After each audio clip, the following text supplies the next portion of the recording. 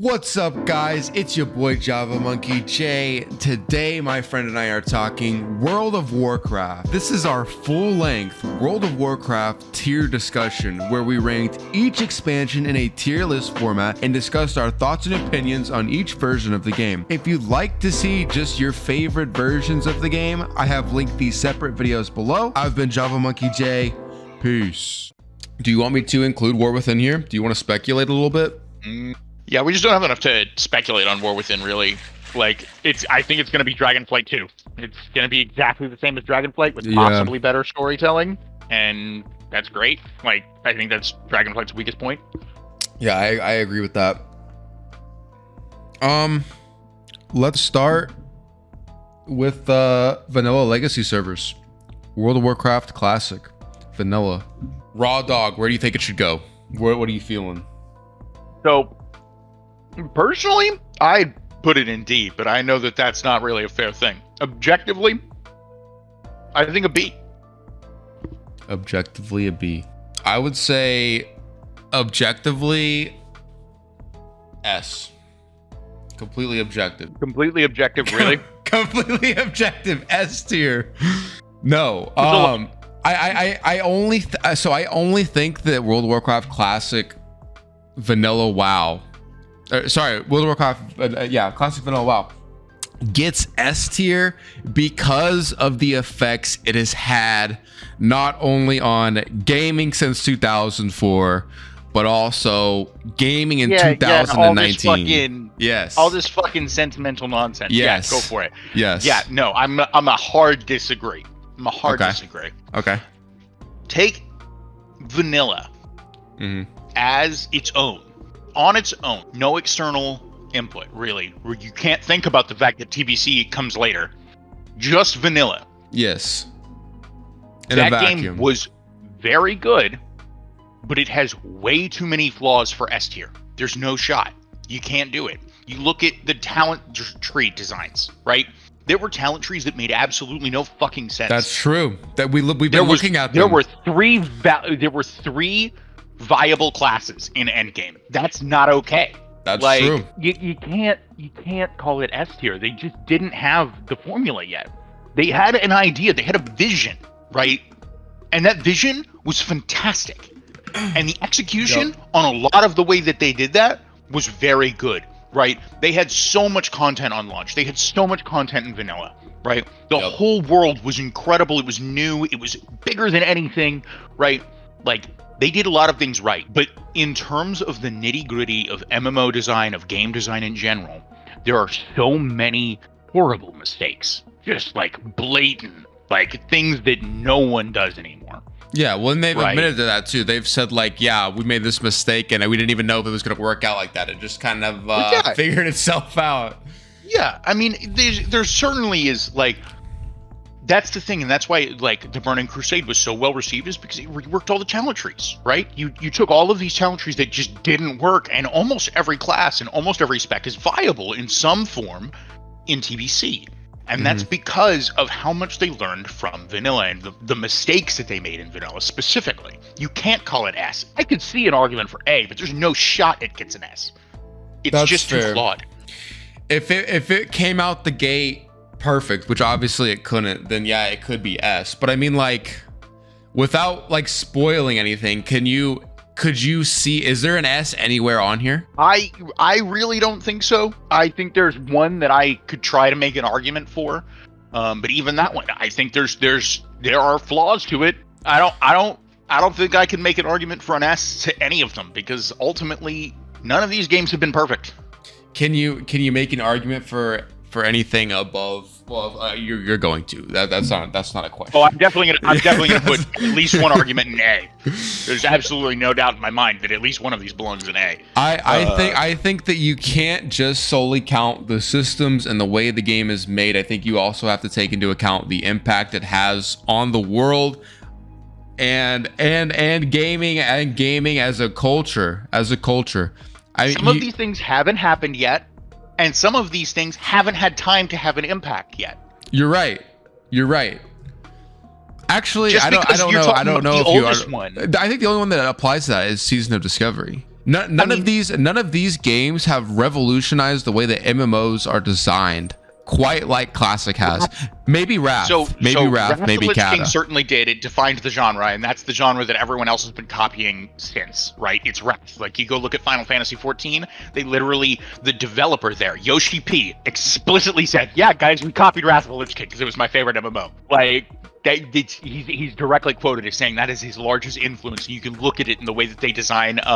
There's all kinds of different currencies that you're earning from doing your daily heroics that are the equivalent of badges, and you go buy your gear with your badges that you earned from doing your daily heroics, right? It's it's the Wrath of the Lich King itemization system. It's phenomenal. It defined the genre. It continued to define the genre for the entire rest of World of Warcraft's history. It's always been about doing your dailies to collect your badges to go buy your loot. Right. Yep. Up until Legion, when they pivoted to Mythic Plus as the kind of repeatable loot factory that it became, right? But like up until then, it was badges. It was some form or variety of badges. So I think that if you're talking about legacy, I think that Wrath of the Lich King has a much better legacy than Classic does. Classic just started this whole train. Wrath is Classic perfected, or in some sense. I still disagree with that point. But also, we came back.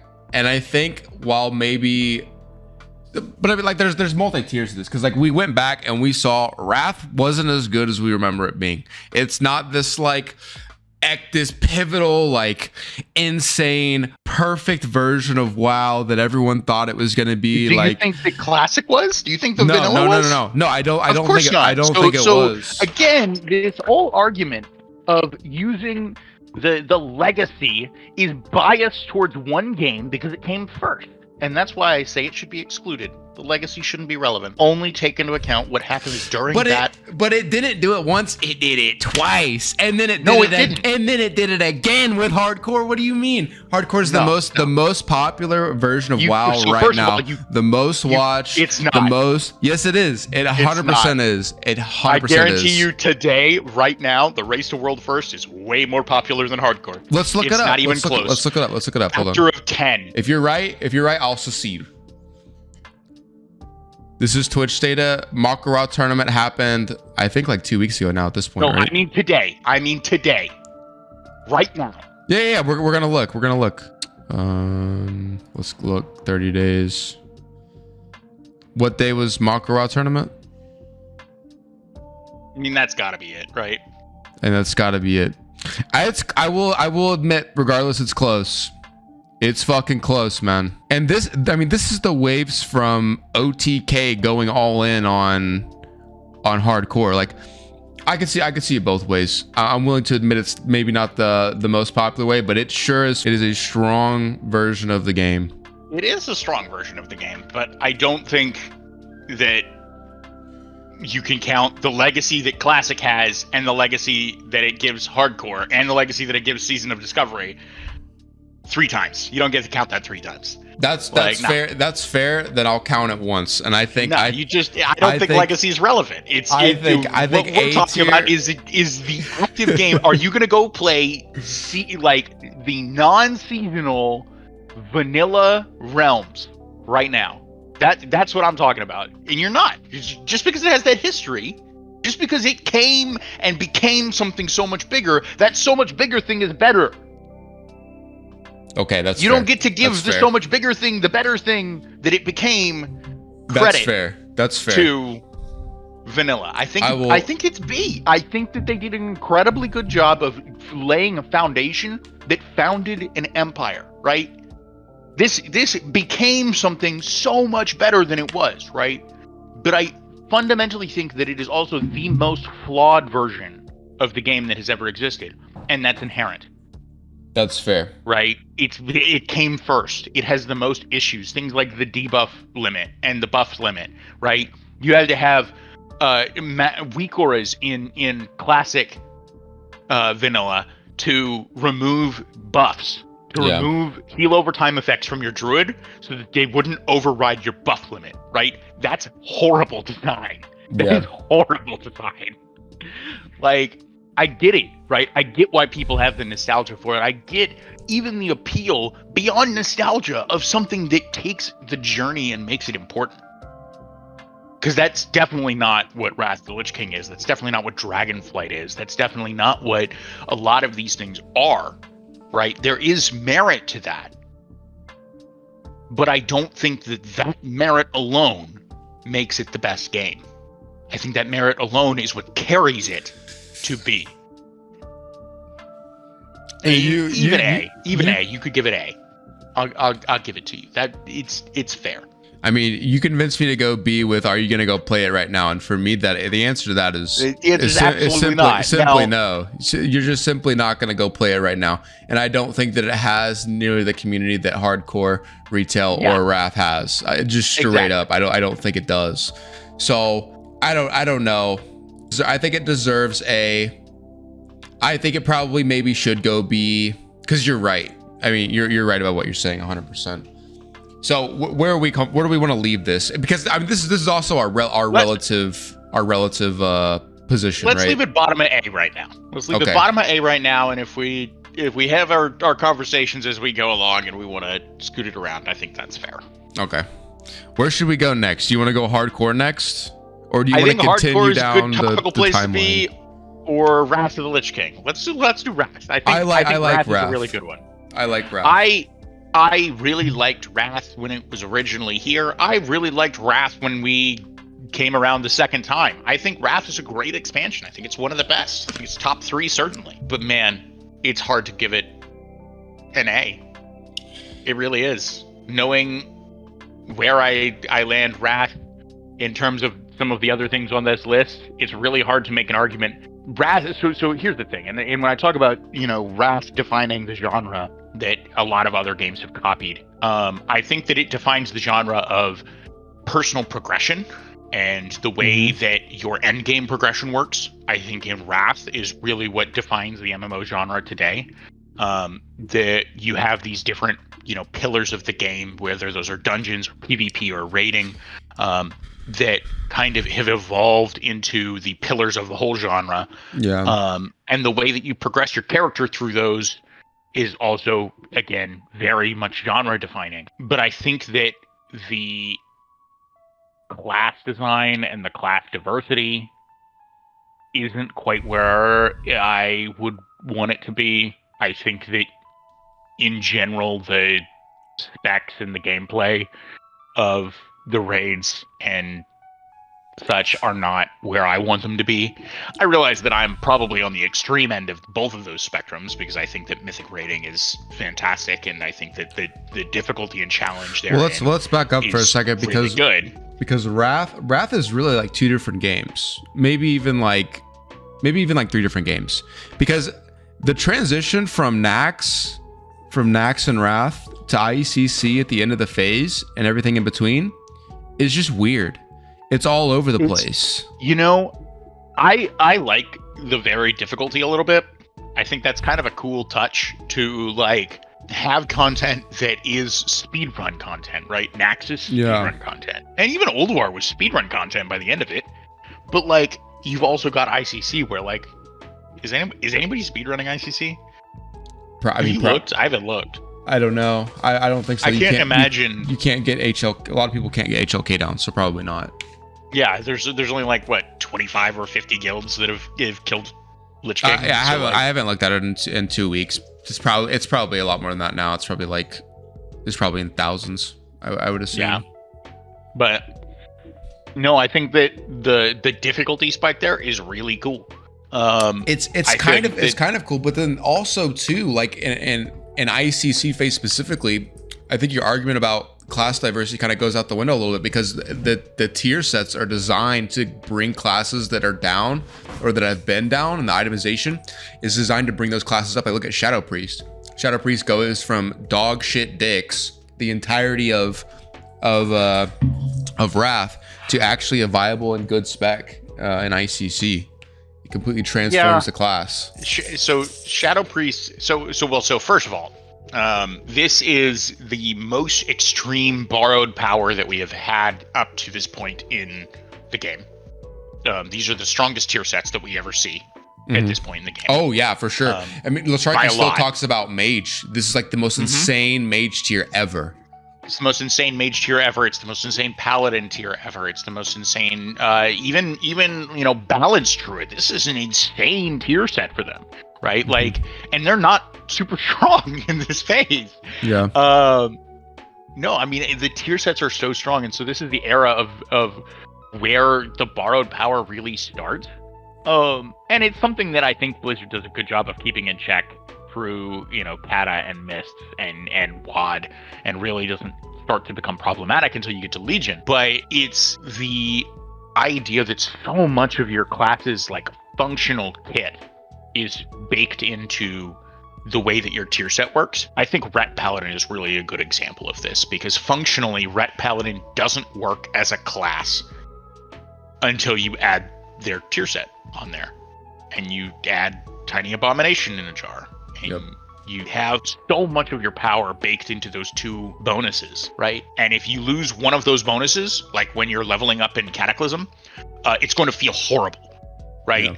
There is a real world, right? There's a real world where Tiny Abomination in a jar is pre-raid Biss. Maybe even Biss in Bastion of Twilight. Can you imagine that? That's crazy. That is how strong that trinket is. Yeah, well, it scales them harder as they get more of their tier. So it's like initially like 400 DPS, and then by the end of it, it's like plus 1200. Like, it's insane. In my idea is the goal for class and spec diversity is not just that every class is viable to bring to a raid, but that there's a reason that you want to bring all of them to a raid, and those slots are competitive because, wow, you really wish you had those tools. Wow, you wish you had this buff. Wow, you wish you had, this class is particularly good at this particular mechanic, and so you really wish you had those, right? And this is something that I think even modern retail struggles with a lot. And I think that Cataclysm will continue to struggle with a lot, because they're really like,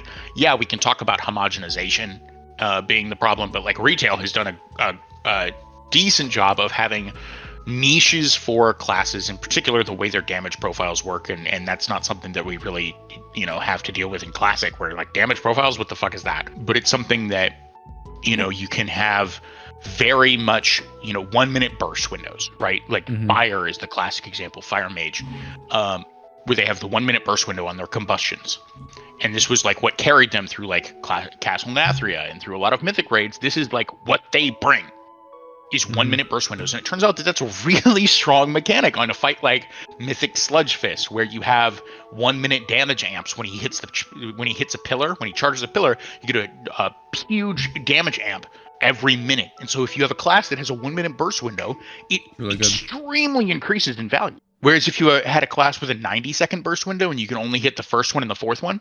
Makes sense. So all that to say, really, Wrath doesn't really bring interesting class design in a way that some other expansions do. Yes, and I think that Wrath is where they began to do it. Like I think that TBC is kind of not. They like TBC, they try to make every class viable, but they didn't do a good job. I think Wrath, they did a good job of making every class viable. But I think that the further in WoW's history they do a better job of differentiating, every class has a valuable reason to bring them. Every class is valuable.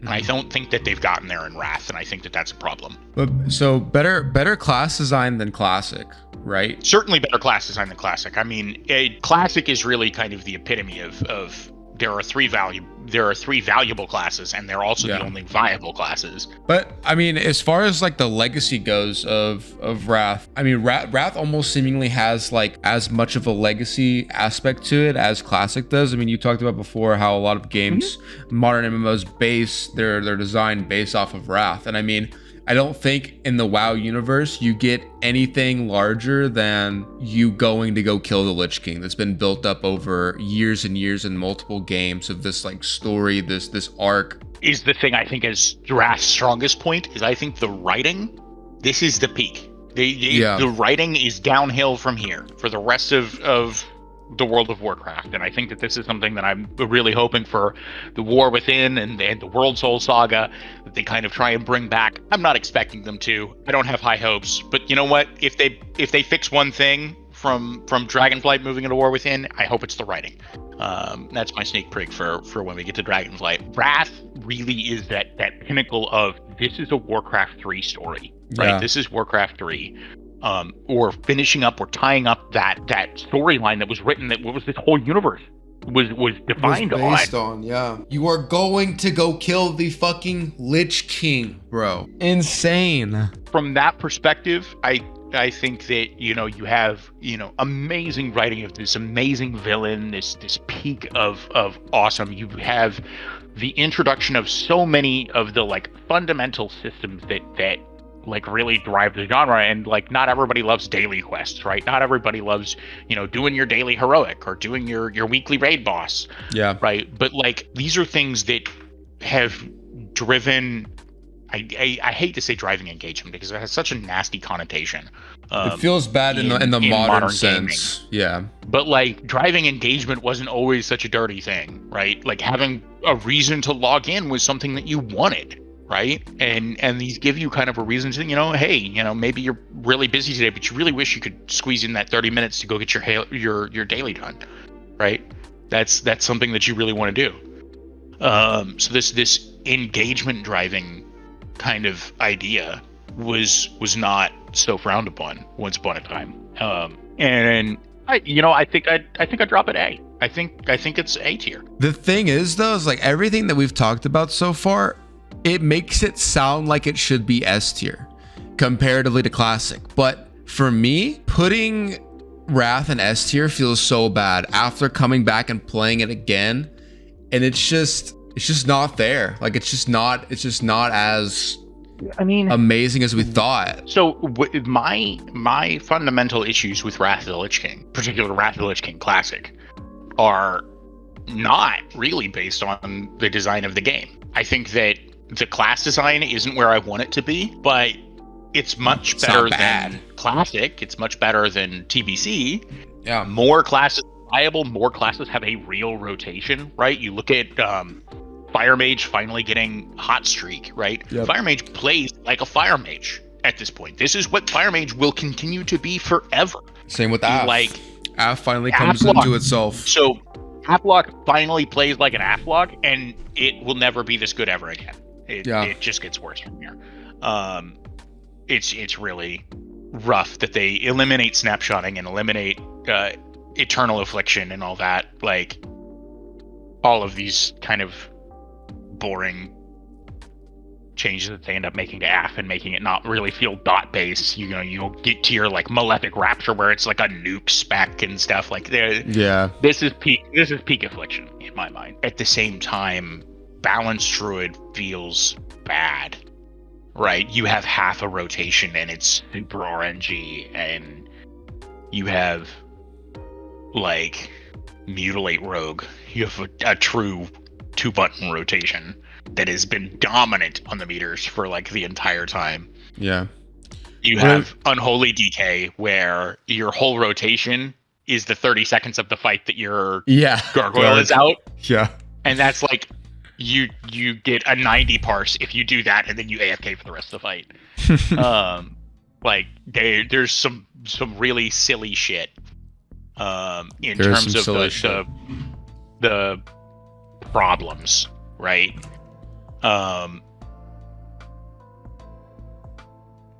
There's a lot of classes that start off that really do feel good. I think that like a lot of hunters will complain about trap weaving. I think trap weaving is actually like one of the funnest things that I did this whole expansion. I thought that the rotation was super engaging, but like now you've got trap launcher, and to me that kind of makes it a little less fun. It's definitely stronger, right? It's definitely massively stronger. It decreases the skill ceiling for sure. It decreases the skill ceiling.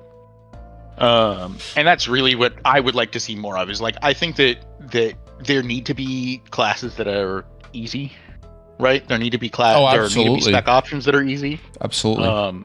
Things like Destruction Warlock, things like I think canonically Frost Mage ends up being the easy mage spec. Arcane I think is better as an example right now. But like there's also just like there's something to really be said about being able to perform at a high level on a more complicated spec and be rewarded for that. And I think that that's a really cool way to feel connected to your character better than, to me, a lot of the other ways that they've tried to do that in the past. Things like your garrisons and your legendary artifact weapons and stuff. Like truly mastering a class is something that feels really good when you pull it off. Mm-hmm. But what's worse in Wrath than Classic? Like what would put what's worse? What's worse? World engagement, the social contract, right? The things that everybody kind of ephemerally brings up. The being out in the open world and just running into somebody and saying, "Hey, you want to do a dungeon?" Right? That's not a thing that happens in Wrath, but like maybe when you were leveling through the Barrens and you were, at the Wailing Caverns for that one quest where you have to kill a whole bunch of centaurs right there, and you run into like 3 or 4 people that are also doing that quest, and you just, spontaneously decide to do a Wailing Caverns run. Right? That's not a thing that happens in Wrath. That's not a thing that happens ever again. That's a Classic only thing, and that's really cool that Classic had that. Where it really is about the journey, and when you start talking about the end game of Classic is when it kind of falls apart in my mind. Like 1 to 59, I think it's probably S tier. I think the problems all start at 60. So where do you think this lies? I mean, do you think that this is better than Classic? Vanilla? I think it's better, but I think it's still A tier. I don't think it's S. I think that we talked about some problems with it that, the story's great. Yeah, the class design is better, but I don't think the class design's quite there yet. And I think that's really what we've been disappointed in over the course of the expansion, is that the class design really isn't there. The raids are good, mm-hmm. right? But they're hard enough that we have to struggle through them. Generally speaking, as a community, I think that a lot of people have struggled in Ulduar and have struggled in getting 50 of 50 and struggled in ICC, right? Like you don't have the classic, beer and pretzels, everybody's asleep raid, and you don't have the satisfaction of, learning and proccing, mythic raid mechanics, right? Like none of these fights are that hard, but they're hard enough that a lot of players are struggling. Yeah. And I think that is kind of the worst balance of these two worlds, right? If you can't have average players clapping the content like Classic was, and you can't challenge the best of the best to take more than an hour and a half to clear the raid, yeah, those two things combined make it feel really bad. And I don't think that they should add like mythic raiding to Classic, right? Like that's obviously not the answer. But like it feels bad to spend, weeks wiping on a raid that was solved 20 years ago. Oh yeah, it does 100%. And it also feels bad watching some super group come through and clear it in an hour and a half, mm-hmm. and not struggle once. I mean, like, yeah, you're 100% right. Yeah. But yeah, no, I think that Wrath is a great step up. I think that it improved on Classic in pretty much every way, but I don't think that it's quite there yet. Mm-hmm. So what about Kata then? Let's move on to Kata. Are we talking about Kata as it was, or are we talking about Kata as it will be in Classic? Probably a mixture of both. Because Kata as it was has a lot more problems than I think it will have as Kata Classic, right? So Kata as it was, you had some balance issues, first of all. The first raid is not very balanced at all. I don't think Warrior is viable in the first patch of Kata. I don't remember how it turned out at the end, but I don't think Warrior was viable at all. Because that was when they got Single-Minded Fury, and it turned out that was bad, but Titan's Grip was also bad because they lost all their hit rating. Like, I don't think that balance was all that great from my memory in the first patch. The heroics, brutally overtuned, or at least brutally tuned to the point that, like, the majority of players don't find them fun. Let's say that. I don't think that the heroics are hard, like people won't be able to clear them, but I think they're hard enough that like random heroics aren't a thing in Kata. because they're super comp dependent. You need CC. You can't just like zug through them. And so like if they give us unnerfed Cataclysm heroics and they give us heroic double plus nonsense, which they've already said they're going to do, no one's going to have fun in that, right? It's tedious. They take way too long because you have to CC every pack 3 times. Like that, yeah, no, it's challenging, but it's not really. You have the mage click polymorph. Like that's not hard. It's just tedious. And to me, I think that's going to be a really overrated part of the game that I think a lot of people are going to be like, wow, I'm super excited for hard heroics. No, you're not. No, those are not hard heroics. They're just tedious. What I would like is the speedrun, right? Like the whole idea of Mythic Plus where like, yeah, no, your Mythic plus 2s and plus 5s are not hard. No, they're a joke. They're a joke. But like the speed of doing them and executing them well, right? You can't just like polymorph one thing at a time. Yeah, and getting rewarded based off of that speed, even at lower tiers. It feels good. It feels like that to me is what you ask for when you ask for hard 5-man content. You're asking for Mythic Plus.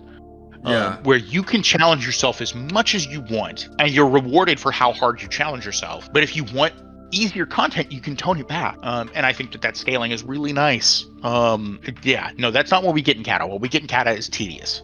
And so I'm hoping that they actually give us unnerfed ones for the first like week.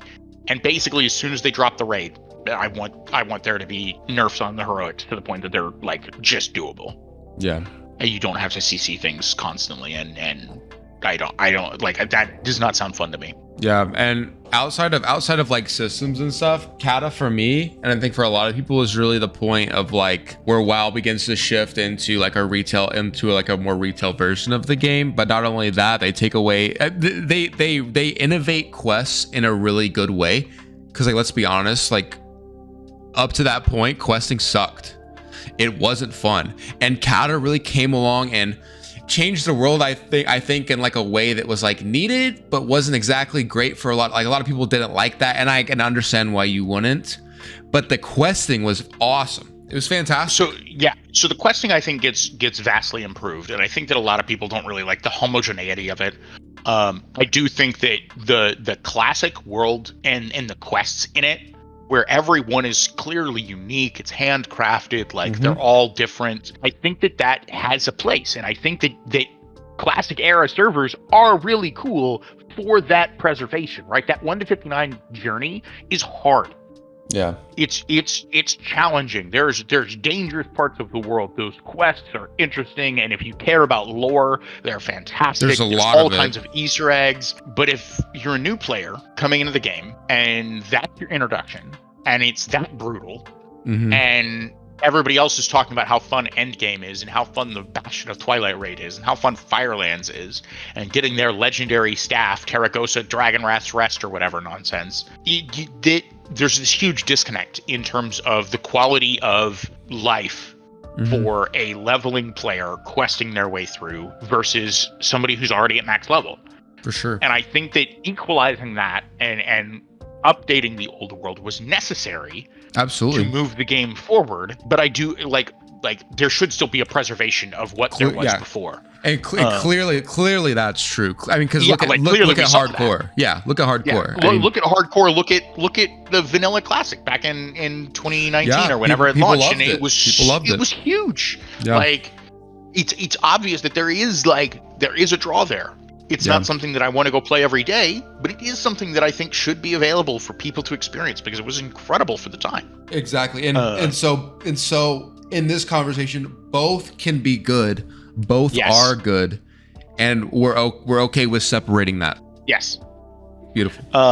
So Cataclysm's other issues come from the severe lack of content at the tail end. So this was related to back in the day, not Cataclysm Classic. Back in the day, Dragon Soul lasted for what, like 10 months? 11? Something ridiculous, like just an inordinate amount of time to spend in one single raid tier that wasn't even a particularly good raid tier. It's not that it's terrible, right? I think it's better than a few of the raid tiers that we've done in Classic, namely SSC and TK, which were probably the worst experience that I've ever had. Man, that was awful. But like you have a good raid tier in Bastion of Twilight. It's not as good as ICC. You have a good raid tier in Firelands. It's not as good as ICC. And then you have a mediocre raid tier that isn't as good as either of the two that came before it. It's not as good as ICC. It's not as good as Ulduar. It's not as good as Sunwell. Right? And it just falls flat in terms of this is the end. This is the end of the expansion. And then it lasts for too long. Right? That's the history of Cataclysm. Don't you think, though, from like a difficulty perspective, it was a good change? I mean, in terms of like rating difficulty as a whole, I think Cataclysm is much more on par with everything is difficult as Ulduar and ICC, as they're like pinnacle bosses. Every fight has some prog on it, and I think that's good. You think that's good at the time? Because I don't think it's good now. I think it used to be good, but now it's not. So I think that's good, because I don't think that there will be nearly as much frustration associated with wiping on heroic Ragnaros as there is associated with wiping on Putricide, for example. Why is that? Because I think that heroic Ragnaros is clearly a more involved fight than most of the other classic fights. I think that heroic Firelands in general is the beginning of more retail-esque fight design. And I think that is ultimately a step in the direction that I would like to go with raiding. Like, that's more interesting to me. I enjoy retail raiding a lot more than I enjoy classic raiding, because I like complicated fights. I like where there's, tons and tons of call-outs that have to go out. I think Lich King is the most interesting fight in classic, because it's a retail fight. There's so much cool stuff going on. That's fantastic. Yogg No Lights was another example where like there's cool stuff going on everywhere. Right? Like those are the fights that I think of as like the peak of content, as opposed to something like Brutalis or original Rag in Molten Core. I don't think of as a very interesting fight. Now that's probably Molten Core rating and classic rating in general is probably a little twisted because of how fast those fights are, because of how strong warriors are with world buffs. But in general, I think that the more difficult fights in Cataclysm are going to be much more interesting to engage with than the fights that we've been doing so far. Absolutely. But I also think that the ending raid tier and Wrath ICC is sort of like seemingly the max for what the WoW community can do. Yeah. So yeah, and I don't think you're necessarily wrong. I'm not expecting, the player base to be as large for Cata. Yeah.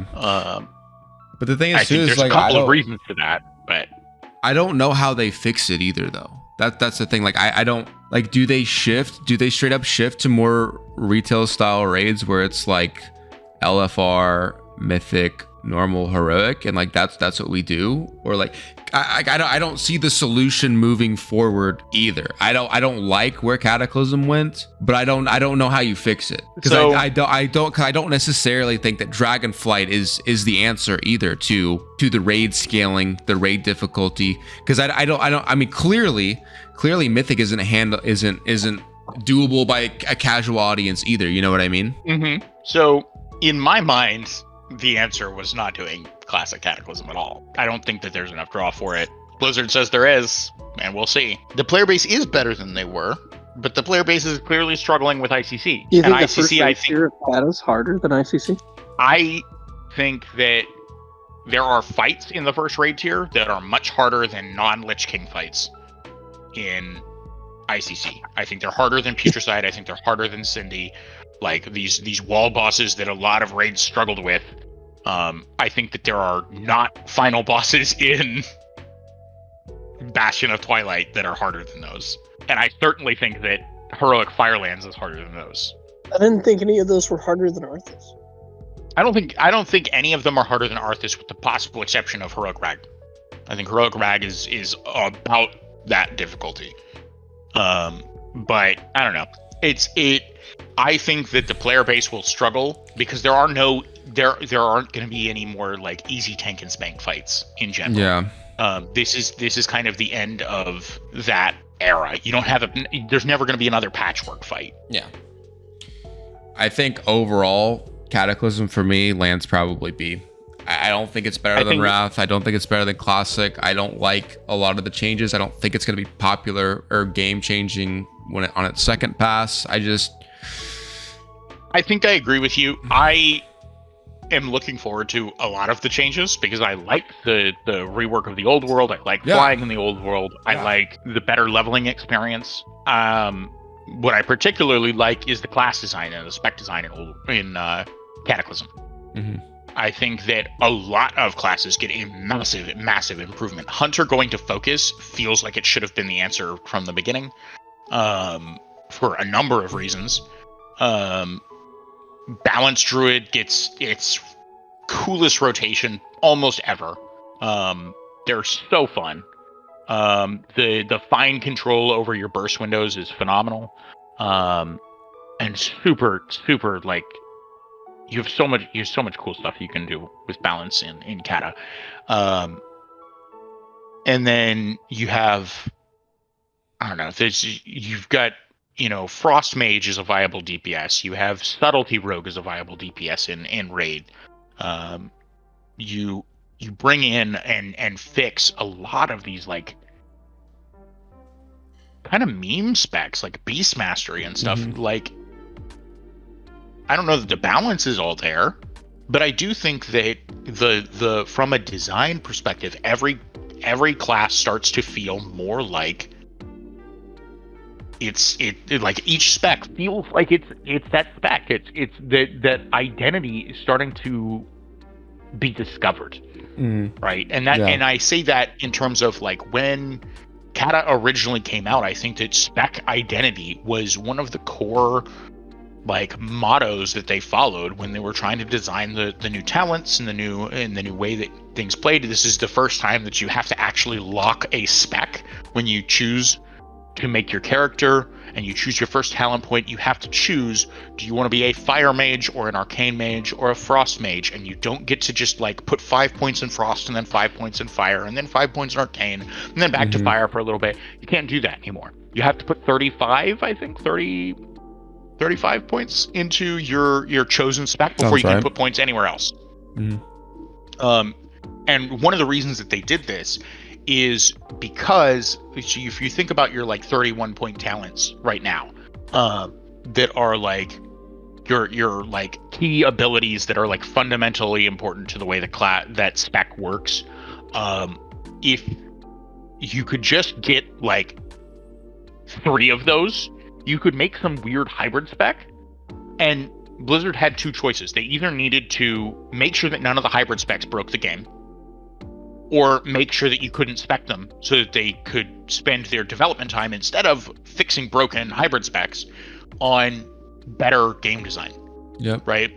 And it's definitely a choice, right? I see why a lot of people don't like that they can't like spend their points as they want, and they can't do those really cool hybrid specs that they think would be like really fun. But at the same time, it's Blizzard budgeting their time. Yeah. It's Blizzard saying, okay, we appreciate that you want to do these weird janky stuff, but like we're not going to support it. If it was going to break the game, we're not going to let it. If it was just going to be viable, it's not a playstyle that we think is super unique or interesting or whatever. So we don't want to just like break the game to make sure that that's balanced. So instead, we're just going to break the game so that you can't play that. And you have to choose one of the supported playstyles that we think provided a strong enough variety, right? And it's a super controversial decision. This is kind of the de facto end of the hybrid specs, right? But like hybrid specs had already been dead, right? When was the last time we had a hybrid spec? I guess Blood Frost with the bringing the Frost raid buff as a Blood DK tank through Wrath was a thing.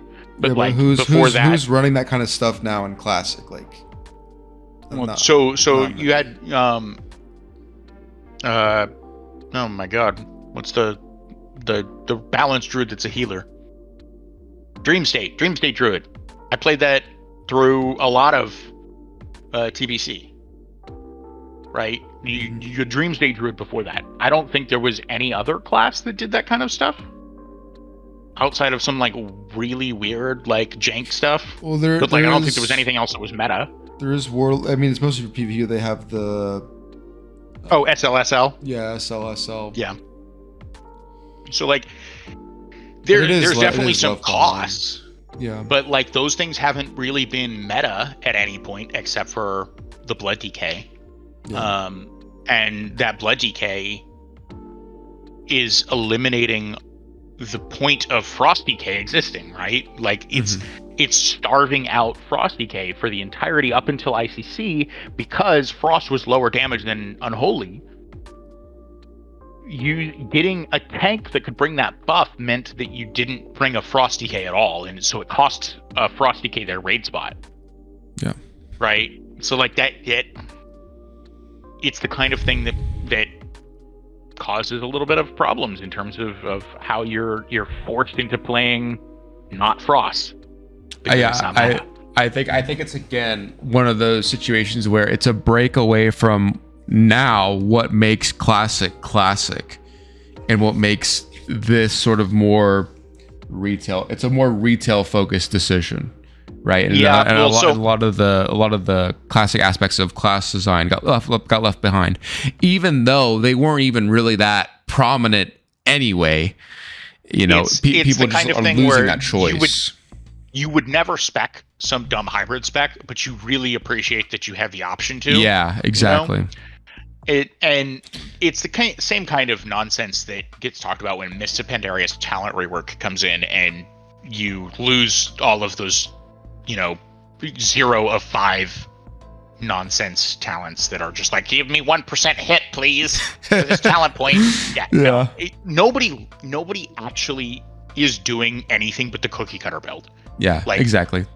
Everybody's going to Wowhead or Icy Veins or whatever your favorite site is, or Warcraft logs, and stealing somebody's talent build.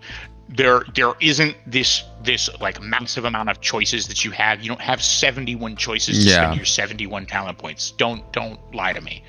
Yeah, in fact, and if you're talking about talent choice, really, I think that what does it best is clearly Dragonflight. There's a lot of variability that you can get a hold of.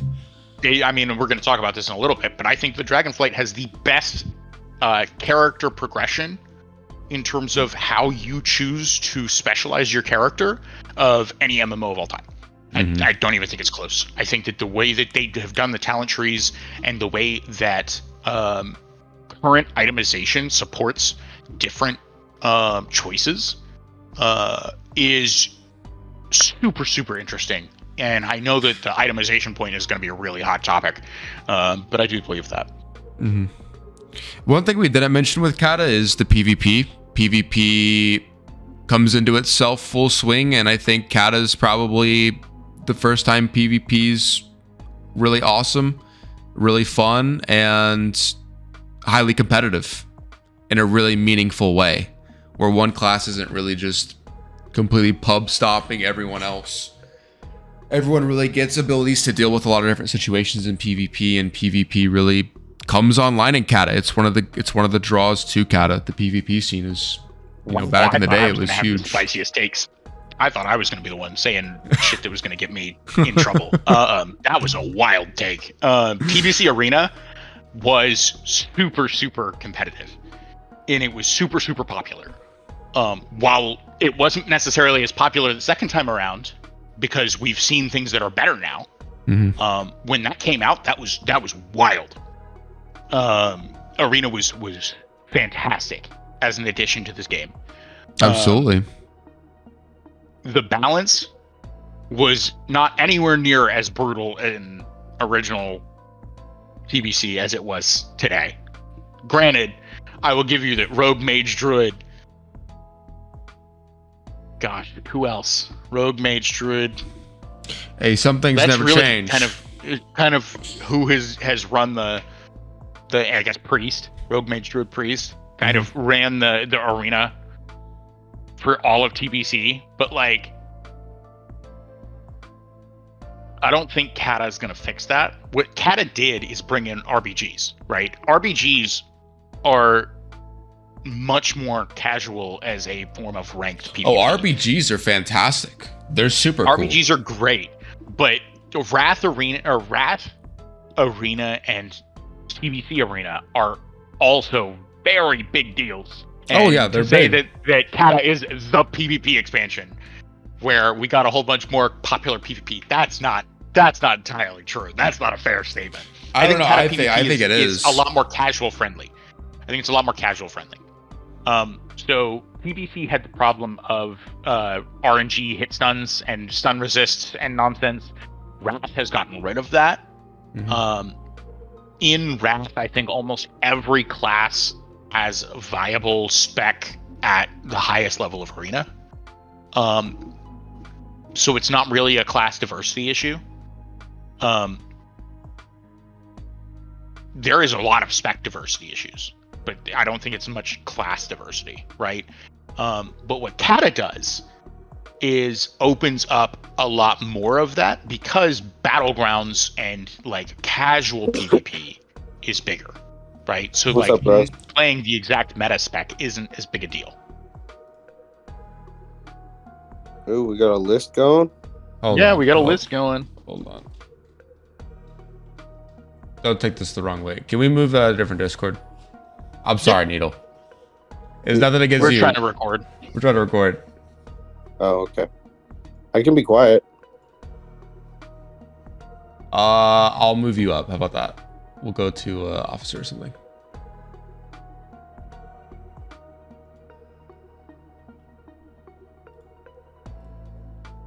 I live here.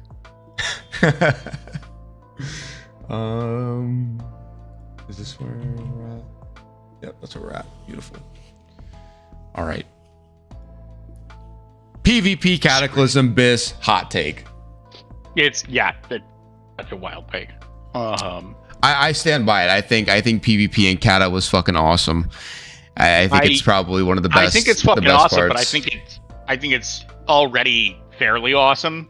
Oh yeah, pretty no, it's still objectively awesome. in Yeah, Wrath, and it was already awesome in vanilla, even at least in terms of Battlegrounds. I don't think duels in vanilla were very interesting, as we just saw in the Makara tournament. I think that was pretty classic example of how bad can PvP be in a 1v1 scenario. It's pretty rough. And like obviously the Makara tournament was really exciting. Because it's hardcore and they're dying for real. They're wasting level 60s, but like also it was clearly just like who can buy the most gold. Yeah. Like Jesus Christ, who can get handed the most consumables. Some really bad design there. But like, man, Kata Biz PvP. I don't think so. I think it's good. I think it's very good. It might even be an improvement. I don't remember it that well over Wrath, but okay. So Cataclysm, are we cool with B tier? I think we're cool with B tier. Do we go to Dragonflight, or do you want to step back for a second and go to Hardcore since we just talked about Makara? Yeah, let's go to Hardcore. We were just talking about Makara. I think Hardcore is a strictly superior version of the Vanilla Classic era, because it focuses on the 1 to 59 and not on the level 60. It forces you to focus on what was good about our original vanilla classic WoW, which is fucking getting to 60, man. That journey, that adventure. Mm-hmm. And it also enforces this constant like replay value because the world will never be empty because there's people dying and having to re-level. Yeah. I think it's in terms of design decisions, Hardcore is one of the best ways you can improve on Classic without changing anything. Yeah. And I see why it became so popular as a self-imposed restriction, and I see why the classic hardcore servers are fantastic. You know, it really goes right hand in hand with the classic vanilla. I think if that one's A tier, then this one has to be A tier. Those are the same rating. Actually, if anything, I would put it maybe a little higher than the regular vanilla, because I do think it's an improvement over vanilla classic. Yeah, I mean, yes and no. Obviously, I don't think a lot of people can handle the difficulty.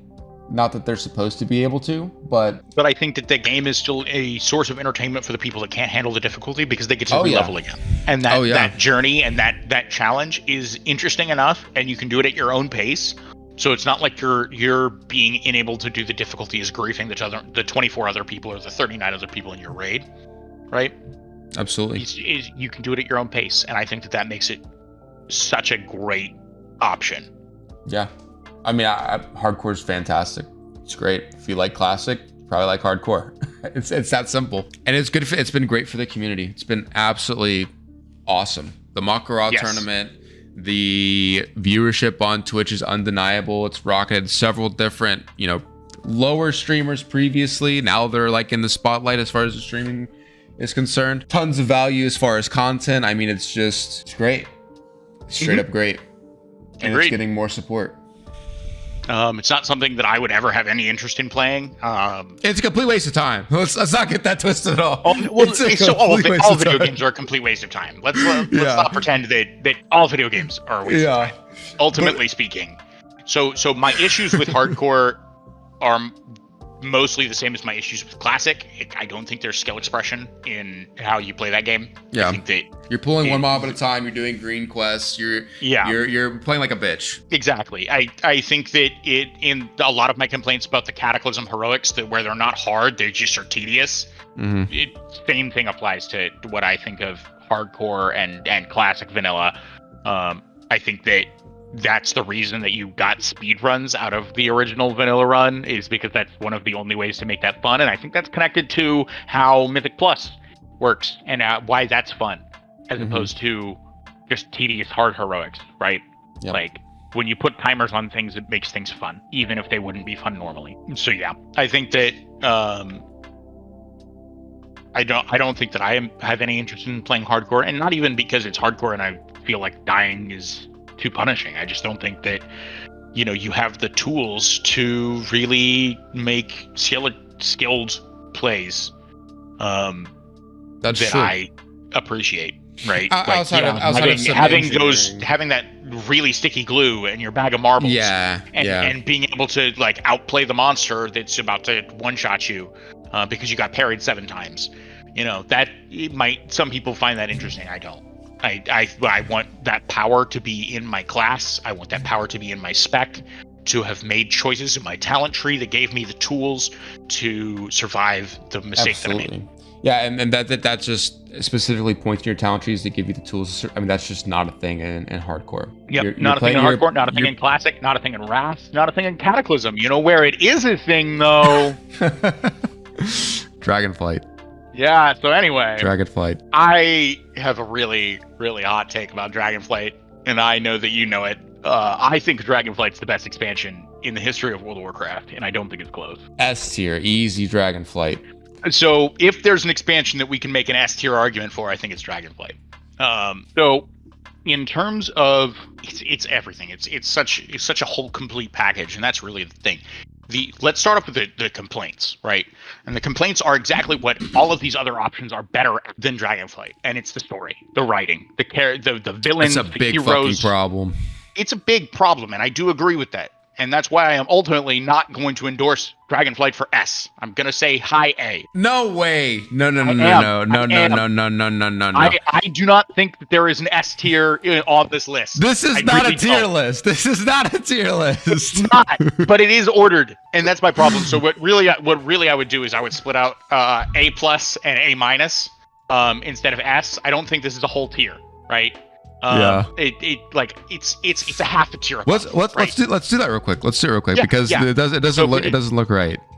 No S. No S. A plus, A minus. A minus. A plus, A minus. Okay. Yeah, because realistically, like the whole idea of being a tier above, that's not what I mean.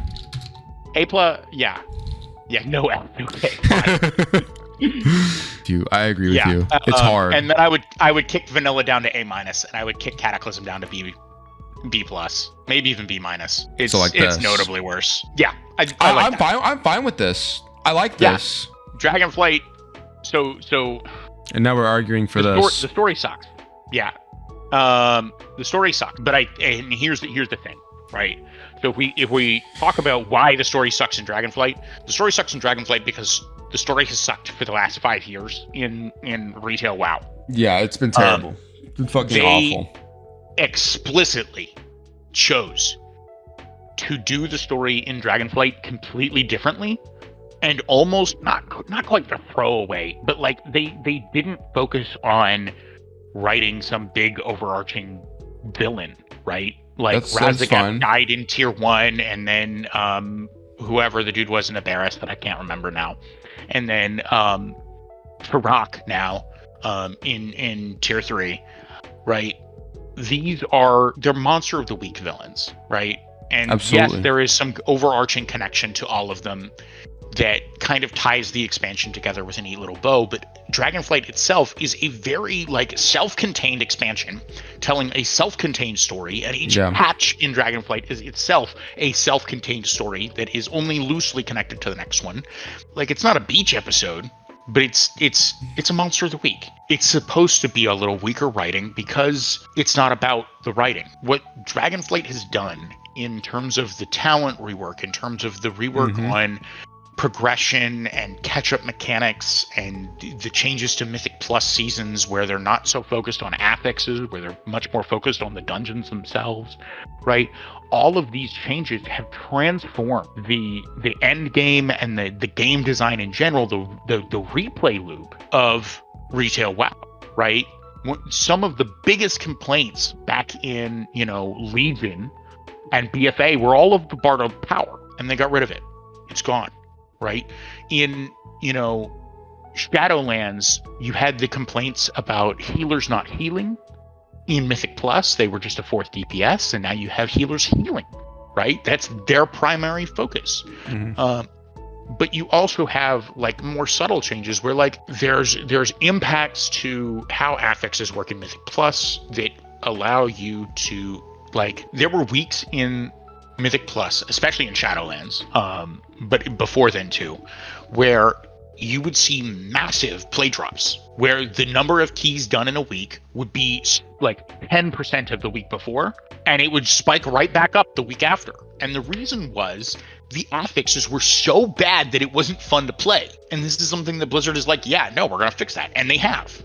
They're actively continuing to work on it, but they have, right? The affixes are so much better designed, and they've tuned them differently so that they're not you're not running against the affixes, you're running the dungeon, and the affixes are just little tweaks. And it's a much better way to do it. And so now every season, instead of changing, the affixes a bunch and changing out the seasonal affix, they're changing the dungeons you're running, which is a much more interesting and fantastic way. We get to see more of this cool world that Blizzard has built over the last 20 years, where we can go back and see, Throne of Tides this season, or Darkheart Thicket.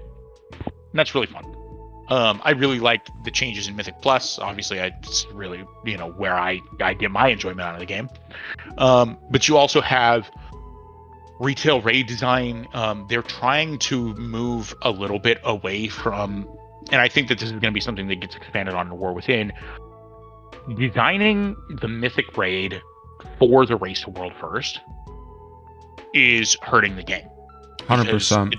The gap of players that can clear it in the Race to World first, and the players that will clear it cutting edge, and the players that will never clear it, is so massive, right? Those are huge gaps. It's huge. So I think that we will see much shorter Race to World firsts in the future. We'll see. We've got the Amir Drasil race now. It's been started up. I hope so too, because I mean, if that raid looks sick. That raid looks fucking sick. When we watched Race to World first for Lich King a second time, I was okay with it being a speed run. That was plenty entertaining. You sit down for 2 hours, you're like tabbing in between people's screens, you're seeing what bosses they're on. Like, that was fine. There's nothing wrong with that. Nothing wrong with that. I wouldn't want to see it be that easy in retail, I don't think. No, but I still want there to be, 3 or 4 days. But like, we saw in, was it Sanctum, the 3-week long, like, they needed That's 2 too resets much. to kill it.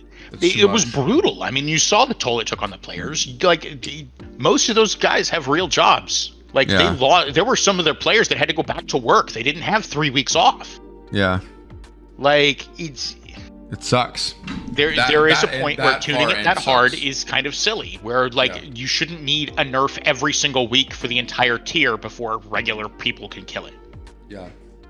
And that's what that raid took. But at the same time, Dragonflight does do such a good job, I think, of giving you access to gear that you don't have necessarily the skill to get in the vault. That's huge. Yes, and so this is the thing is like, you have these ways of long-term progression, even if you're not a player that can go clear the mythic raid, right? But you can get gear that will allow you to start trying, right? And that's not a thing that you can talk about in, earlier versions of retail, right? In, Legion or BFA, right? That wasn't an option as much. Yeah. And it's something that they're really trying to work, and it's something that, the War Within is going to continue working on, that they've talked about with like delve and stuff. So like they've fixed a lot of issues that casual players have. There's so much catch-up mechanics and stuff. They you can come back to the game right now. You can start up Dragonflight right now. Yep. And you can have 2 pieces of 450 gear, maybe 3, within like an hour, just doing your weeklies. Yep. Do your weeklies, get your keys, your Shadow Flames or whatever. Yeah, I mean it's huge. that to me is it sounds like welfare epics, right? This is a huge complaint that a lot of players have had, but like 450 is like what LFR is dropping for this tier. 440, 441, I think, somewhere in there.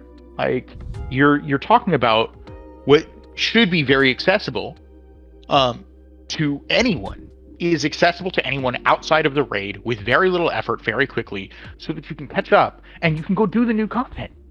Mm-hmm. You don't have to worry about, I didn't play for the last 2 phases, so I'm just too behind, I'll wait for the next expansion. And that's something that, like, as a design point, is a huge problem for World of Warcraft in the way that it's designed, has been, is like, you have a huge rush of players that will play on a new expansion launch, and then you have the first patch comes out, and they're all gone, and they haven't played, and they don't come back. And then the second patch comes out, and it's like, wow, that's really cool, I haven't played WoW in a while, maybe I'll come back, and they try and come back, and they're so behind on the borrowed power grind, on the gear grind, on knowing what the meta is, and they just quit.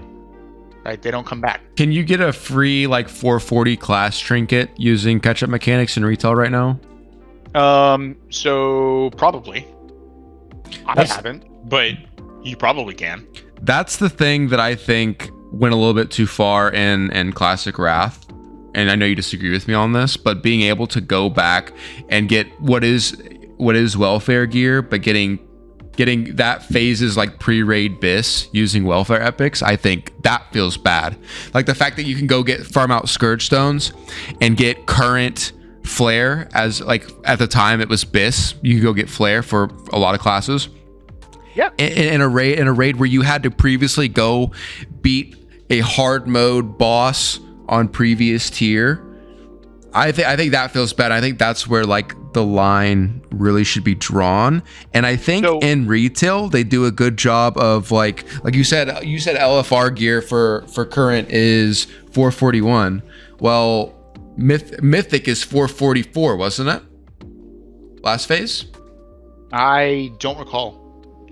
I think it was 444. Probably. But my point is you can't go get bis using welfare, and that's fine for me. That's fine. It could be 3 close. item levels is irrelevant. 3 item levels is nothing. Well, I might not like that then, but it could be close. You just can't get the best with welfare. So, that's my only perspective. I think the problem here is that there is no slightly shittier version of Flare that you can hand people. That's true. The difference between Flare, the only source being a hard mode boss that a lot of players couldn't do, and also was a horribly designed fight and no one likes it. The only difference is that if there was a normal mode version of Flare that was like 10 item levels worse, I'd be fine handing that out too. Yeah, absolutely. I agree. But there isn't.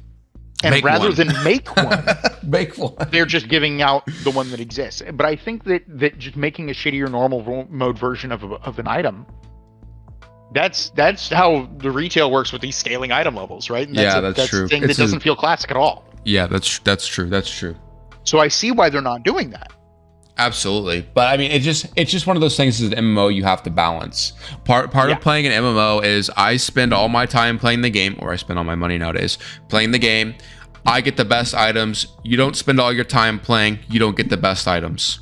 You might not like it, but that is a part of it. And the balance is how much free items can we give new players to get them to be able to play the game without pissing off our players that play the game all the fucking time.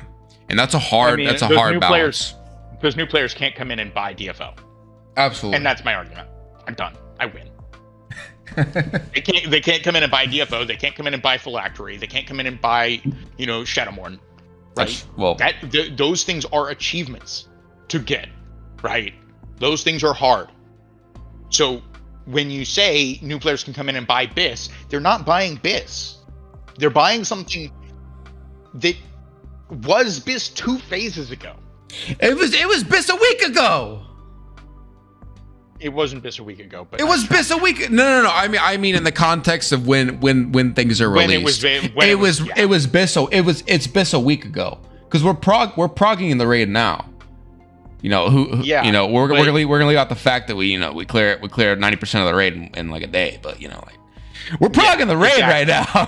you clear 90% of the raid in a day. So like the idea that you couldn't have gotten DFO day 1 the same time that they were able in the same amount of time from the patch. That's cope. No, you could have. Yeah, that's cope. 100%.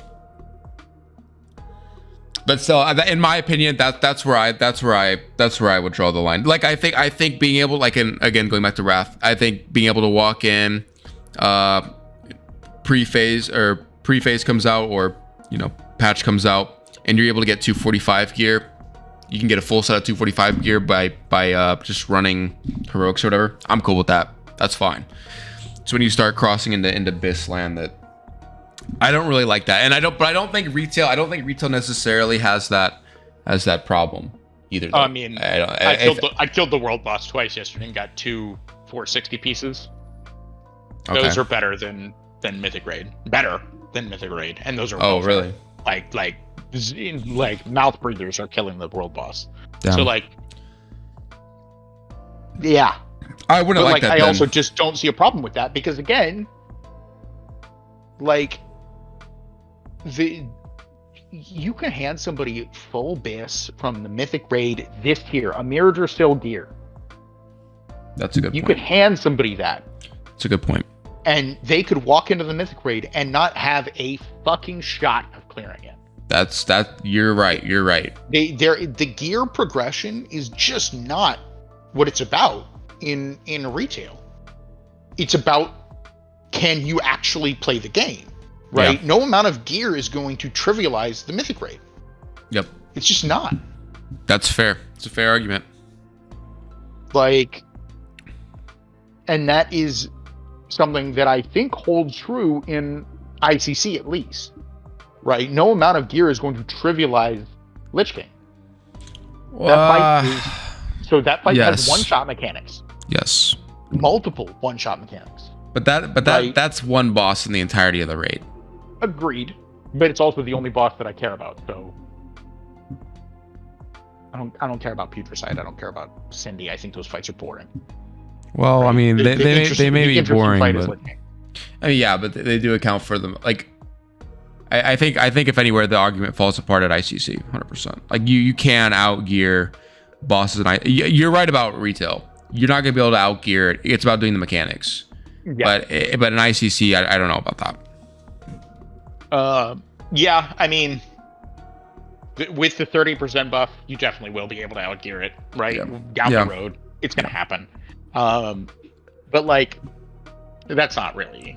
You're not outgearing it with 2-phase old trinket. Yeah. Right. Yeah. They're not trivializing the content by being able to get that.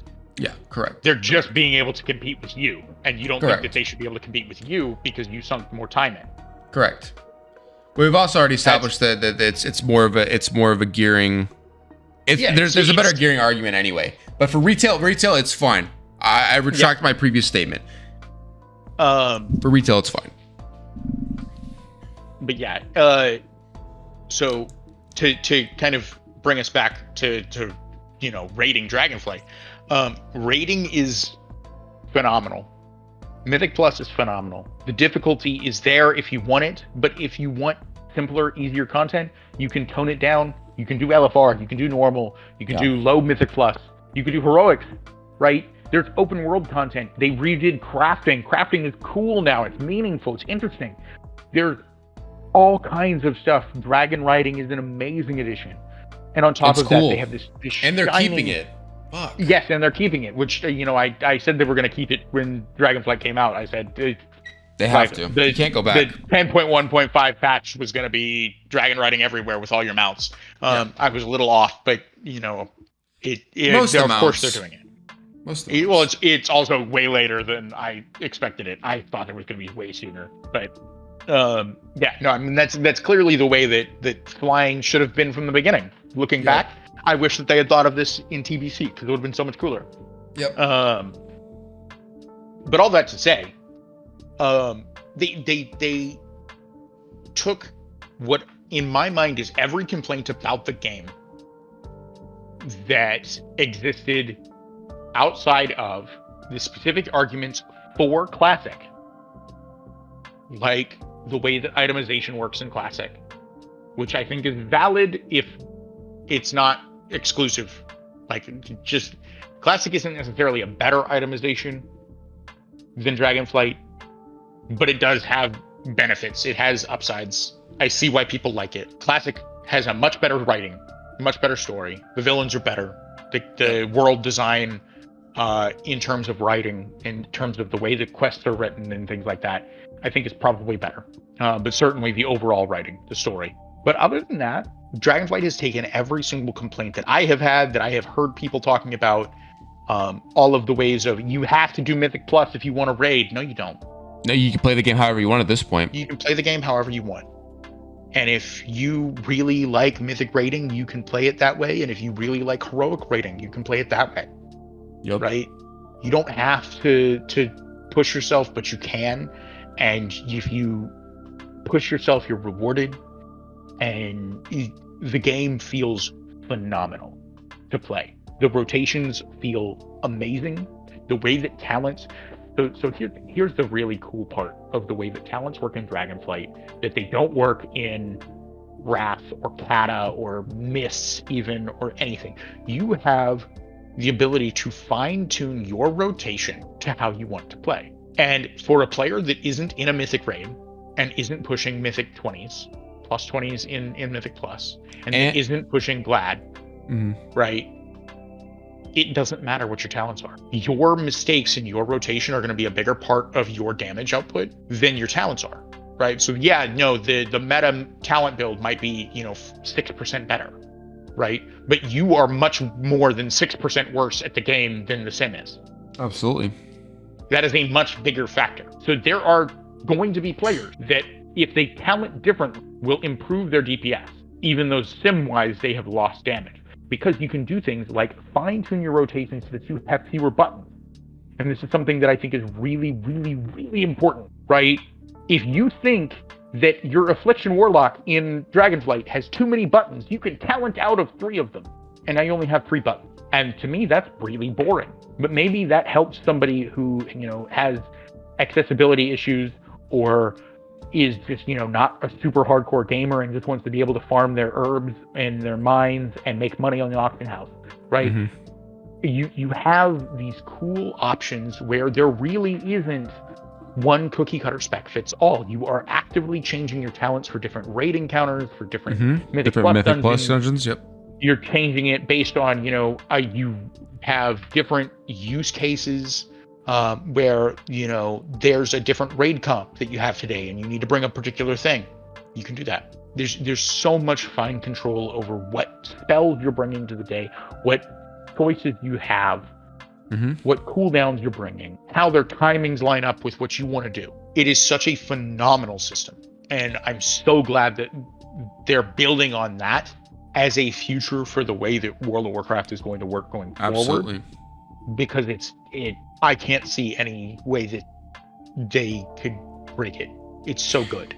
The only thing I'll say that I don't like about it is, and it's kind of just like an offshoot, the way that the particle effects and the effects of spells and stuff really bothers me. It's a really big turnoff looking at retail, seeing all the shit that's going on. Like, it's, well, you have settings for that. but I mean, even if you like tune down the settings, I mean, can you really tell? Like, for example, when you're playing against someone in Wrath, I can look at your character and understand, and several other characters at the same time, and understand exactly what's going on. I can tell what abilities you're casting. I can tell what's happening. For retail, I don't feel that way, and maybe it's because I don't have as much knowledge. But I think that it's definitely a harder curve to learn. First of all, Yes. and second of all, it just seems overwhelming. So the new player experience in retail, in terms of visual clarity, I will grant you, that is rough. There are still going to be recognizable spells, Oh, absolutely. right? Chaos Like, Bolt. Classic Chaos example. Bolt, Starfall, Moonfire. A lot of these are like really classic examples of like there's a purple laser beam growing out of the sky. Like, yeah, everybody Can knows only what that be is. one thing. Can only be one thing, right? I-beam, right? Yep, There's I-beam. flashy abilities that like everybody's going to recognize, and I think that those flashy abilities are enough that that's what you're talking about. The problem is all of the not so flashy abilities are overlapping all over each other, and Mhm. everybody has flashy abilities, right? When you talk about flashy abilities, what is a hunter doing that's flashy in Wrath of the Lich King? Nothing. Nothing. What's a warrior doing that's flashy in Wrath of the Lich King? They spin around sometimes. Yeah, but you can't tell. Like, you don't see that. Like, yes, they do. The whirlwind animation. That's the only thing that comes to mind. The whirlwind animation in retail is so much better. You can see it. I don't see the warriors in Wrath of the Lich King in a raid doing whirlwind, but I see it when they do it in a Mythic Plus dungeon that I'm in, right? And I think that that's relevant. So yeah, I do agree that visual clarity is much rougher, but at the same time, I think that visual clarity the visual clarity that there is in retail is the important stuff, right? You can identify what spec someone's playing, you can identify what class they are, and you can identify what you're not supposed to stand in on the ground. Mm-hmm. Those are the three things that I think are the most important. And I think that all of that is very doable. But strictly gameplay wise, I mean, I do agree. I think Dragonflight is the best version of the game seemingly right now. Yeah. I have a really hard time finding any gameplay wise way that it is even comparable to any of the current versions. And I know that that's kind of a really frustrating take because and I want to preface this with saying here's the important part. All of these are different ways to play the game. Absolutely. Right. World of Warcraft, spanning 20 years, has a lot of valuable parts of the game that different people care about more than others, right? There's a reason that Classic still is super popular and people play it all the time, right? And Classic Era versus Classic WoW versus Classic Wrath versus Classic Hardcore, right? All of these things have different draws and there's different reasons to play them. That's the whole reason we're talking about this. Absolutely. Because they all exist at the same time and they're all good. Yep. Right? And they all have problems too. And they all have problems. They all have their own issues. Like, I know that I said Dragonflight's only issue is the story, but I think the story is super important. That is a super big deal. But that's the great thing. I'm saying it's not in S because of that and only that. That's my only problem. I think there's a couple other problems, but yeah, I get what you're saying. But the great part is like, right, you do like Dragonflight, but you don't like the story. You want an amazing story, a well-crafted story, you go play Wrath. Yeah, you go play original Classic and you just go quest in Thousand Needles or the Barrens or some shit. Yeah, you just go read the quest. Yeah, like, you hate end game. You want the journey. You go play Classic. You want it to be hard. Play hardcore. Yeah, you want it to be hard. You go play hardcore. Like it's such a great time to play WoW right now. It really is. You have so many options, and we talked about it earlier. It's like $50, $50 in a $15 a month sub. You get all of these games. $30 if you don't care about War Within. It's $30 to buy Dragonflight now. There you go. That's incredible. That's incredible. And that's the thing. Like, I think that for me, Dragonflight is what I would want to play. right? Yeah. Dragonflight's where it's at. But like, if you think, Wrath of the Lich King is where you want to play, then do that. If you think Hardcore is where you want to play. If you think Cataclysm is what you want to play, Yeah. shit. B+ is still above average in my mind in terms of the game. It's still good. I think that I'm gonna play Cataclysm. I mean, having the least popular version of the game be B+ is not a bad spot. Not a bad spot to be. Well, I mean, least popular so far. I mean, Well, we all are gonna talk about the elephant in the room. Yeah, let's talk about it then. Any closing remarks on Dragonflight? A+. Do you think it's here? Do you think it's? I mean, you probably think it's definitely here. top of A+. I think it's really, really close to S. Yeah. And again, I just think this falls based off what you value in the game. Truly. Agreed. Those are ordered the way that I would order them. Yeah. Right. I certainly think that they're in that order, but I'm probably feeling this is hard.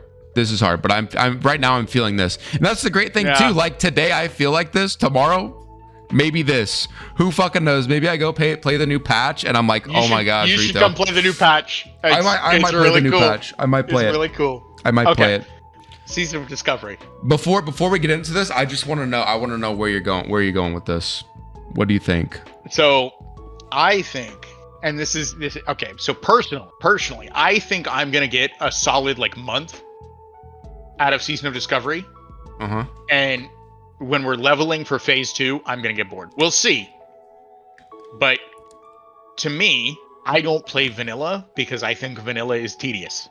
I think that walking everywhere in vanilla sucks. I think that there being so many mobs everywhere and how big the aggro radiuses are and how tedious it is to fight them because rotations suck and all these other things. I think the open world being as hostile as it is and questing being as frustrating as it is are all going to be issues that I have. And I think that friction I can ignore because runes are fucking cool for about a month. And then I'm going to get to leveling to 40 and I'm going to break. You clearly favor class design, so I'm not surprised. I'm not surprised that that's the take. Where would you? I think they're doing a lot to improve it in Season of Discovery. They are. It's going to be interesting. I do think that this is ultimately not going. I'm not going to make it to 60. Saying that, though, I mean there are some issues with runes too, which is what we talked about. Like there's some instances where potentially there needs to be maybe an extra rune slot that would really help a class out. Maybe there needs to be some talent adjustments that would really help a class out. And yeah, we will get that later. But as you, some people will play the game and say, man, I'm like maybe AF, for example, maybe AF is really missing Unstable Affliction. And it might turn a Warlock player off before they even get the chance to do the second season because maybe a class is missing just that one little thing just to make it right. And I think there are a couple classes that might end up being like that, and it might turn some people off. And as we've seen from Diablo, to talk about another game, sometimes you just lose players and they don't come back. First impression is super, super important. Absolutely. I do think that overall, there are enough classes that I think will really hit the mark. Yeah. That still feel classic, but will feel classic in a much more complete way. Right? I think Hunter is a really good example of this. Not biased at all. But, I think that adding the possibility of trap weaving and melee weaving and, hitting aim shot in between your really slow auto shots, all of that is going to create a much more complicated rotation than existed in Original Classic. And probably one that I think is going to be a lot more competitive. And I think both of those are really cool. And it makes it so that bringing your token hunter for trank shot may not be the only reason you bring a hunter, right? Yeah. Which I think is cool. And bringing that token hunter for trank shot, it's fine. But when you have 40 people in the raid, it feels really bad to bring 1 or 2.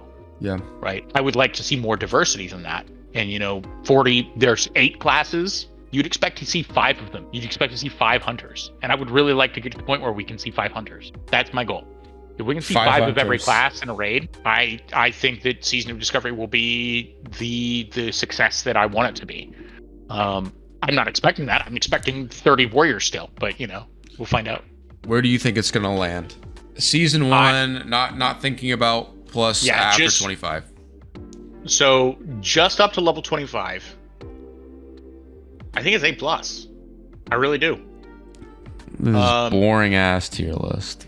You know, if you had an A there, you could move hardcore down to me. You could move Wrath down too, honestly, and then we'd throw A+, and it would just be Season of Discovery and Dragonflight. Yeah, no, I put it right behind Dragonflight. I think it's super exciting. I think that a lot of what's exciting about it is the possibilities, the new things that could happen.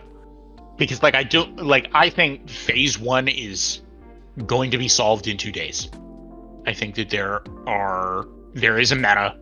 It's clear. It's pretty obvious what it's going to be. Clear. Yeah. I think that it's fine that there's a meta and that it's pretty clear what it's going to be, because we do still have the whole discovery aspect of it, where they may have changed more things than I have seen. Absolutely. Never know. But I think fundamentally what they're doing and the possibilities for more meta shakeups as we go to different phases is really exciting, because it means that I don't just want to level my hunter to 25 and be done. Because what if Druid gets the changes that I want it to be and becomes the shining owl-shaped fuzzy teddy bear that I want? Yeah. At level 40, and then I want to play Druid. Right? Absolutely. That's exciting. So like, I will level a Druid, even though I think Druid is going to be turbo ass at level 25. But I will level a Druid because I want the possibility of there to be a level 40 world where I get to play Druid and top the meters. Is that not such a cool idea? No, I mean I think that's everyone. I mean, I think from the comments of the last video that we made, I think that's clearly the perspective that everyone has.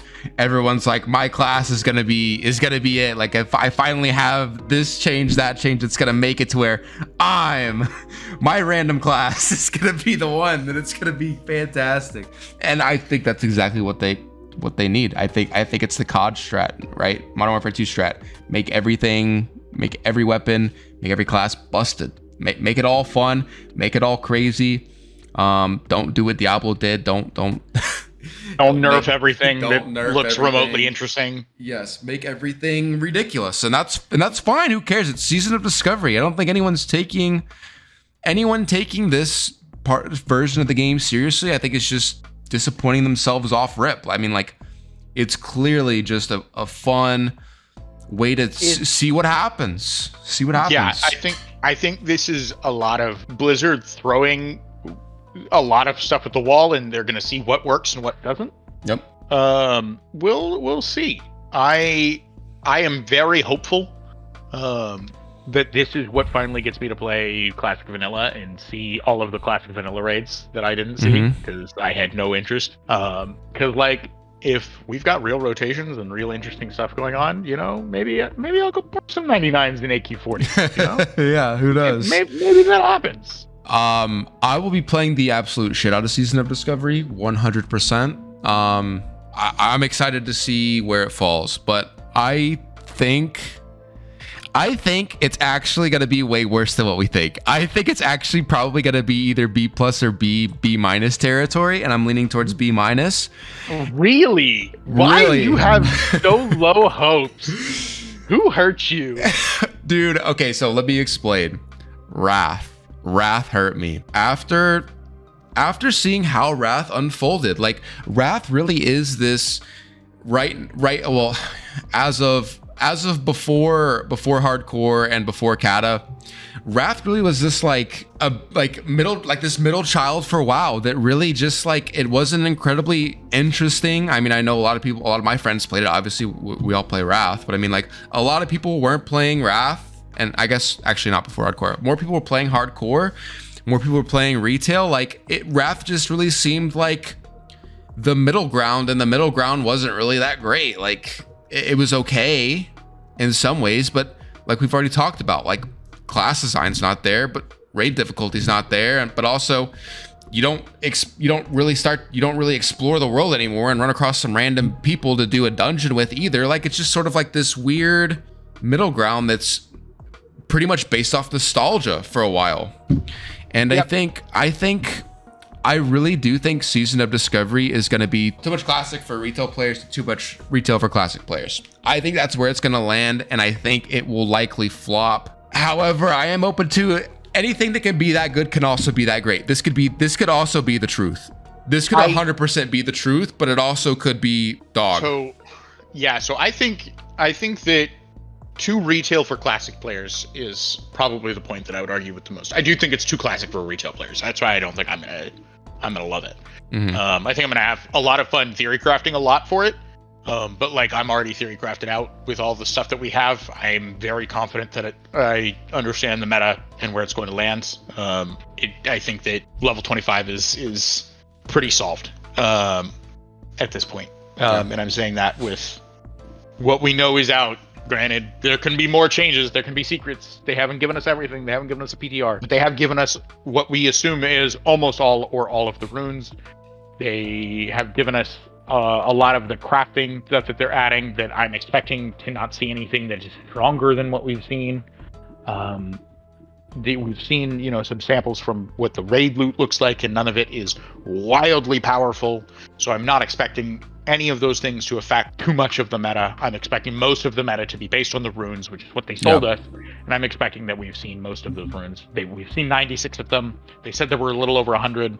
I'm expecting there to be a few more. And I do not think that a few more would change the meta that I think is going to shape out. But yeah, all that said, I think that I think you're right. Retail players aren't going to like it. But classic players, right? So I think that there are parts of it that classic players won't like. Healing mages, I think, is not going to play very well. Potentially. I think it's going to be really weird. I don't think it's going to be very effective. And it doesn't fit classic at all. But like, I think for the most part, the rest of it has a very classic feel to it. We'll see on some of it, but like, there's a lot of aspects of it that they've done very big changes in how some of these spells work to make them feel more classic. Some of it I think has been done kind of poorly, but I think that it will feel a lot closer to classic plus than not. It will definitely be a classic game. Yeah, I agree. I think it'll feel like a classic plus, but I think you'll have some hardcore classic stooges that are the kind of people that say Wrath is too modern. And yeah, those people will complain, but those people won't be satisfied by anything but a no changes server. And they have that. We already have that. It exists. Actually, it's not no changes. It's got a debuff cap removed. Like, mostly no changes. Mostly no changes. And lots of gold for sale. It's got that too. Lots of gold for sale. Final bet. Where do you think this lands? I'm gonna say B plus. I'm gonna say you're gonna say B plus. I definitely think it's higher than that. A minus at the minimum, but really it's A plus in my mind. I think it's gonna be better than vanilla. Where do you think it lands up here? Better than Wrath? Worse than Wrath? That's a tough one. I think it's probably so. You brought up at the beginning of all this. You talked about the legacy, right? What these games have inspired, right? And I made the point that I don't think that's fair to talk about, because obviously Dragonflight I think is going to inspire the next 10 years of World of Warcraft. I think that's a huge turning point in the way this game's been designed in the last 5 years. But like, we can't see that yet. I think the same thing about Classic Season of Discovery. I think this is a turning point for the way that Classic is going to be developed moving forward. I think that we're going to see a lot more experimentation with future seasons. I think Season of Mastery kind of made them realize that, wow, some changes can be really interesting. Yeah. And Season of Discovery is really them pushing the envelope here. I don't know that we'll ever necessarily see a season with this wild of a meta shakeup, but maybe we will. What I'd really like to see, if we're talking about a true long-term Classic Plus server, is a Season of Discovery with the runes and all of their hidden locations and all of the different like warping of the meta. Mhm. Maybe we remove some healing mages, maybe we remove some tanking rogues, right? Yeah. But we get a broader impact of like the way that the runes change the meta, in that, you know, hunters are maybe competitive, and so are you know, rogues and warlocks, mages. It's not just the warrior show with world Mhm. buffs. Maybe we see world buffs changed to affect casters as well, so that we really do have some competition. And then I would like to see a talent rework, maybe not quite completely as TBC reworked them, but I would like to see things like the druid talent trees, balance and restoration are horrible. They're terrible. Some of the worst design I've ever seen. They need to be fixed. Like, I don't think that even if you had a glyph or a rune that gave Starfall to balance druid at level 25, I don't think they'd be viable, because I think their talent tree is so ass. That's my take. I would like to see that.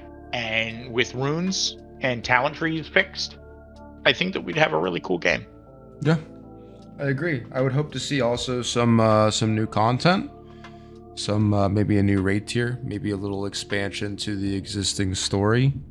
That'd be pretty cool. As well in that final send off, and maybe a little boost in maybe a tiny little boost in the level. Nothing Crazy. I don't like 65. Yeah, like 65. Yeah, maybe even like 62. Like, fuck it. Like, let's just do 2 more levels and another zone for each continent. Call it a day. Maybe like a five item level increase, something small. See, I think the problem with any level cap increase is you invalidate all of the content before it. You invalidate all the gear. Yeah, that's why you do a 5 item level increase as well to the next rate tier. I mean, it really keeps everything kind of compressed. Yeah, but the thing is that you now lose Molten Core, Blackwing Layer, AQ, and Nax as things that are constantly having GDKPs. They're constantly having raids run. You're constantly seeing, you know, runs done for those. You never see them again. They all just stop. Yeah. As soon as you increase the level cap, those are irrelevant, and you've lost more content than you've gained. That's a good point. Yeah, so I don't know how that. Add raids on top, or in addition to those raids at 60. If you add zones at 60, and give enough reason to go visit them and go do the quests there, right? Maybe there's runes there. Maybe there's, you know, an extra talent point that you can get. Yeah. Right. Yeah. It doesn't have to be a level, but 1 extra talent point. Yeah. For completing the zone. Yeah, that's great. That's a good idea. Or, you know, maybe there's, you know, crafting materials that allow you to craft this new set of gear that is equivalent to, you know, maybe AQ40 gear. Maybe it's not Nax gear, but it's AQ40, right? Or a new tier set based on open world completion. You know, there's lots of new content you can do that doesn't invalidate those raids, right? It doesn't invalidate that content. I think that's going to be really important for Classic going forward, is making sure that content stays relevant. And I think the only way to do that is to keep the level cap 60 and add things that are horizontal to the content, not vertical. Yeah, I agree. And I'm excited for Classic Plus, so I'm excited for Classic Plus. I didn't think I would ever say that, but they won me over. I still think Season of Discovery is going to be fucking dog shit. We'll find out here in, what, 15 days? 15 days, yep. It's coming.